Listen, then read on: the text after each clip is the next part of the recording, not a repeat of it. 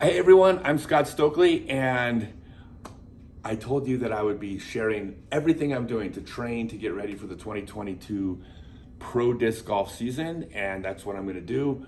So there's a lot of parts to this, right? I got to be in better shape, I've got to be stronger, I got to be more flexible, I got to shore up some mechanical issues in my game, I got to train harder.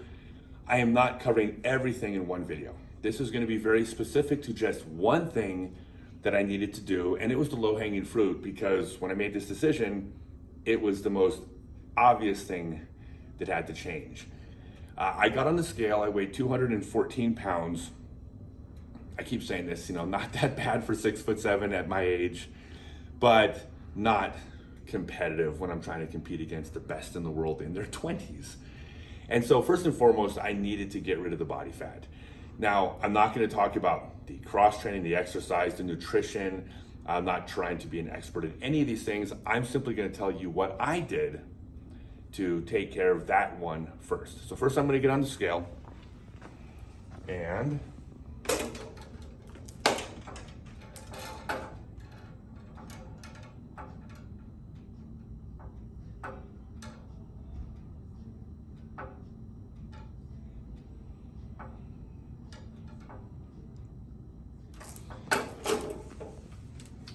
it is,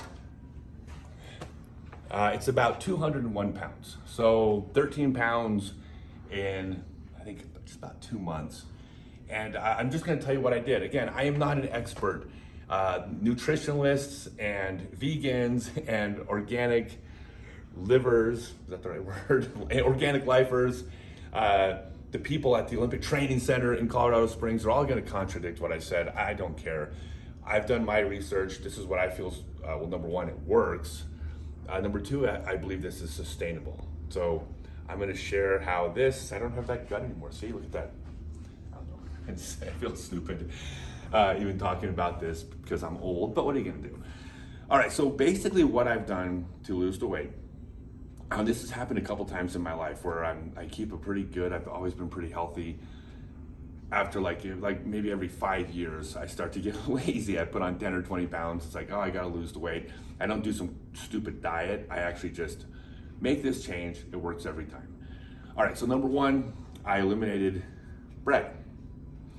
And this is not that easy because I like cheeseburgers and I like sandwiches.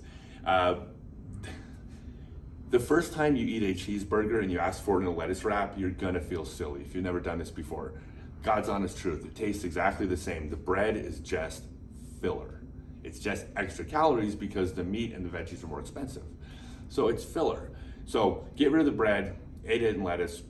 It tastes exactly the same, and surprisingly, you're not more hungry afterwards. Like you are as satisfied as if you ate the bread. Sounds unbelievable until you do it and you go, oh wait, that worked. Next thing I did is eliminated, well, it's also a type of bread, is the tortillas. No more burritos.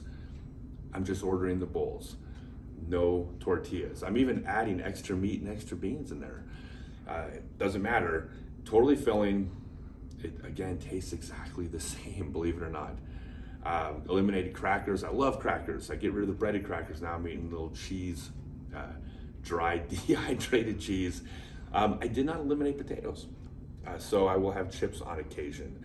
I know you're supposed to eliminate chips also, but this has got to be sustainable. So for me, chips once in a while, that's how I deal with wanting crackers every night before I go to bed, basically. I eliminated rice. Now, not completely. Thing is I like eating sushi about once a week, so once a week I eat sushi with rice. I don't like sashimi. I like it with the rice. Not a big deal, small portions, it's once a week, but when I do normal Chinese food, I just get it over vegetables. It tastes exactly the same. Now, these are all carbohydrates. What I'm not doing is eliminating carbohydrates. That isn't sustainable for me.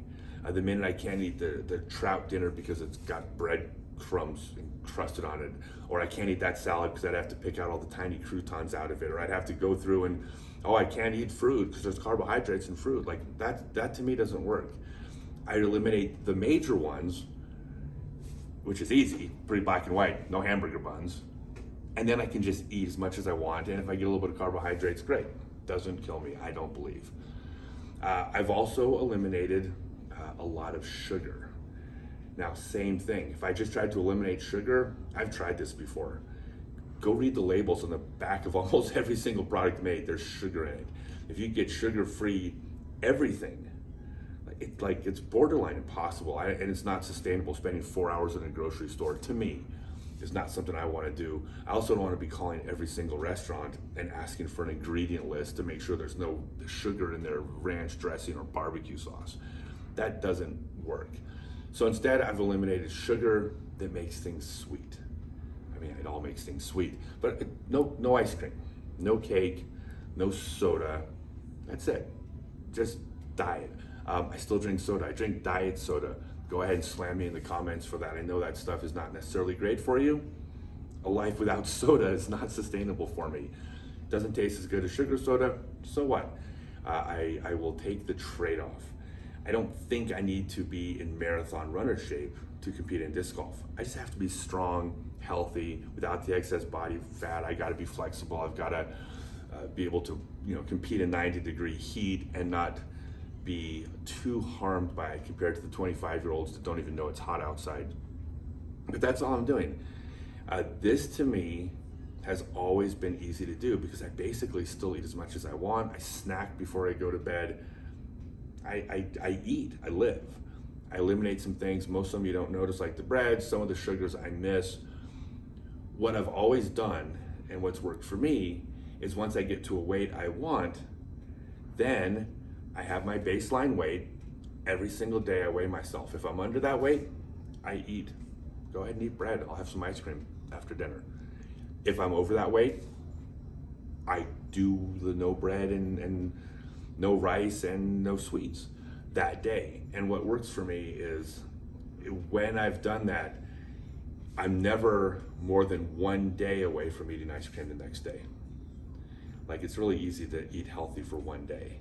Well, if 1 day you have to eat healthy out of every 4, that is entirely sustainable. That's way better than letting yourself go, which I kind of did for a year, and then I got to eat healthy for a couple months.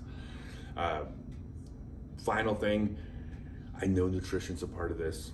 I know there's chemicals that are bad for you. It's not that I'm not taking that into account either. I'm still getting my nutrition. I'm still trying to avoid the chemicals. That's a whole separate topic. This is solely about the weight loss. That needed to happen. I feel really good. The first low-hanging fruit has been picked, and now that I'm not playing tournaments for a little while, I'm going to get to do some of the more training more heavily. I'll include you guys on this.